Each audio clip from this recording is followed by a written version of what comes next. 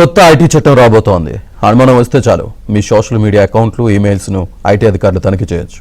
అయితే ఈ కొత్త చట్టం వల్ల వ్యక్తిగత భద్రతకు, వాక్ స్వాతంత్రానికి ప్రమాదకరమని భావిస్తున్నారు నిపుణులు.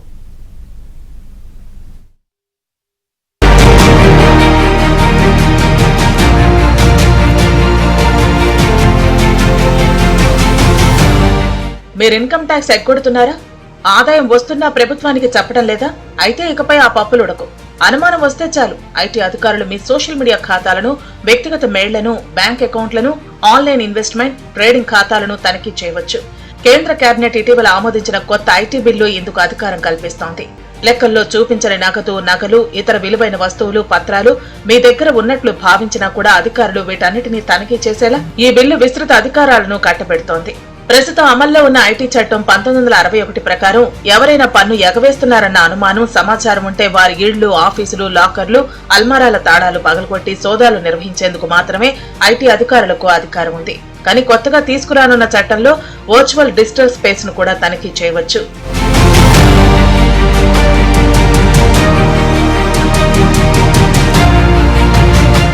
ఐటీ బిల్లుల్లోని 247వ క్లాజులో వర్చువల్ డిజిటల్ స్పేస్ కిందకు ఏమేం వస్తాయన్న దానిపై వివరణ ఇస్తూ ఈమెయిళ్లు, ట్రేడింగ్ ఖాతాలు, సోషల్ మీడియా అకౌంట్లను, క్లౌడ్ సర్వర్లను ఆ జాబితాలో చేర్చారు. అయితే ఈ నిబంధనలపై ఆందోళనలు వ్యక్తం అవుతున్నాయి. వీటి వల్ల వ్యక్తిగత గోప్యతకు భంగం కలుగుతుందన్న వాదనలో ఉన్నాయి. కొత్త ఐటీ బిల్లును ఫిబ్రవరి 7న కేంద్ర కేబినెట్ ఆమోదించింది. పార్లమెంట్ ఆమోదించాల్సి ఉంది. పార్లమెంట్ ఆమోదించి రాష్ట్రపతి సంతకం చేస్తే ఆ బిల్లు చట్టంగా మారి వచ్చే ఏడాది ఏప్రిల్ 1 నుంచి అమల్లోకి వస్తుంది.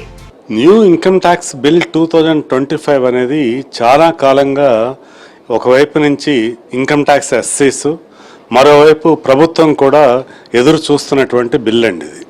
అసలు ఈ యొక్క ఇన్కమ్ ట్యాక్స్ బిల్ 2025 యొక్క ప్రధానమైనటువంటి ఉద్దేశాలను కనుక మనం గమనిస్తే, ఇన్కమ్ ట్యాక్స్ యాక్ట్లో ఉన్నటువంటి sections, number of sections, chapters సంఖ్యను తగ్గించకపోయినా కూడా ఎక్కువగా, ముఖ్యంగా ప్రతి ఒక్క సెక్షను, ప్రతి ఒక్క ప్రొవిజన్ కూడా అందరికీ, సామాన్యులకు కూడా అర్థమయ్యేట్టుగా దీన్ని సరళీకృతం చేయటం అనేటువంటిది ప్రధానమైనటువంటి ఉద్దేశము.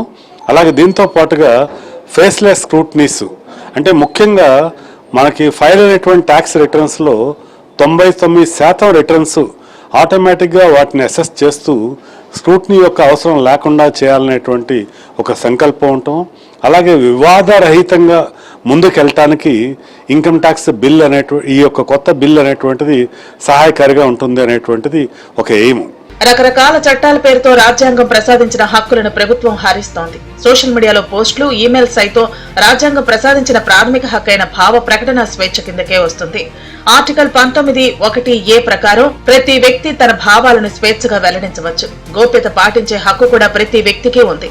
వ్యక్తిగత సమాచారం, కార్యకలాపాలు, భౌతిక స్థలం గోప్యతను కాపాడుకునే హక్కు మనిషి జీవించే హక్కుల్లో భాగమంటున్నారు నిపుణులు. మనం ఆన్లైన్లో ఉండేటువంటి పోస్టింగ్స్ వల్ల కానివ్వండి, ఆన్లైన్లో ఉన్నటువంటి ఒక ఎస్సీ యొక్క వివరాలు కానివ్వండి, ఇన్కమ్ ట్యాక్స్ డిపార్ట్మెంట్ మరి తీసుకుంటే ఆ వ్యక్తి యొక్క స్వేచ్ఛ పరిస్థితి ఏంటి అని చెప్పి కొంతమంది ప్రశ్నిస్తున్నారు. వ్యక్తి స్వేచ్ఛకి దీనిలో వచ్చేటువంటి ఇబ్బంది ఏమీ లేదండి. వ్యక్తి స్వేచ్ఛ పేరుతోటి ప్రభుత్వానికి చెల్లించాల్సినటువంటి ఆదాయాన్ని ఎగ్గొడతామన్నా, లేకపోతే వ్యక్తి స్వేచ్ఛ పేరుతోటి మనం ఏ పనైనా చేద్దాం అనుకుంటే అవి మాత్రం సాగకూడదు. అందుకని బిల్లు యొక్క ఉద్దేశం చాలా మంచి ఉద్దేశము. ఈ బిల్లు ద్వారా వివాదరహితంగా మన ప్రభుత్వానికి రావాల్సినటువంటి ట్యాక్సెస్ అన్నిటినీ కూడా కలెక్ట్ చేసుకోవటము, అలాగే సరళీకృత విధానం వల్ల అందరికి కూడా ఇది అర్థమయ్యేట్టుగా చేయటమే దీని యొక్క ప్రధాన జయము. వివిధ రూల్స్ చెబుతూ ఇప్పటికే పౌరుల వ్యక్తిగత జీవితాల్లోకి ప్రభుత్వం తొంగి చూస్తోంది. Universal declaration of human rights లోని article 12, international covenant on civil and political rights లోని article 17, European convention of human rights లోని ఆర్టికల్ 8లో ఇల్లు, కుటుంబం, దాంపత్య జీవనం, సంతానోత్పత్తి, విద్యాభ్యాసం, మనిషి అంతరంగిక వ్యవహారాలు, సోషల్ మీడియా ఖాతాలు, ఆన్లైన్ వ్యవహారాలు బయటపడితే అవన్నీ బహిర్గతమవుతాయి. ఐటీ అధికారులకు దాఖలు పడే కొత్త అధికారాలను ఎలా ఉపయోగిస్తారనేదే ప్రశ్న.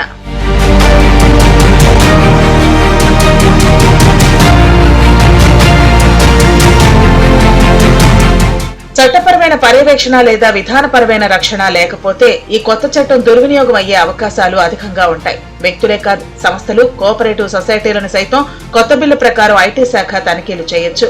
సంస్థకు చెందిన అధికారిపై విచారణ జరిపే క్రమంలో ఐటీ శాఖ ఆ కంపెనీకి చెందిన కీలకమైన సమాచారాన్ని పొందే అవకాశం లేకపోలేదు. అంతర్గత కమ్యూనికేషన్లను, ఆర్థిక రికార్డులు ఇక బహిరంగమవుతాయని వ్యాపార వర్గాలు భావిస్తున్నాయి. ప్రభుత్వం పన్ను విధానాన్ని ఆధునీకరించడం, నల్లధనాన్ని వెలికితీయడం లక్ష్యంగా ఈ చట్టాన్ని తెస్తున్నప్పటికీ చట్టబద్దమైన రక్షణలు లేకుండా ఐటీ శాఖకు విస్తృత అధికారాలు కల్పించడం ద్వారా గోప్యతల ఉల్లంఘనకు, ఏకపక్ష నిఘాకు దారితీస్తుందని భావిస్తున్నారు.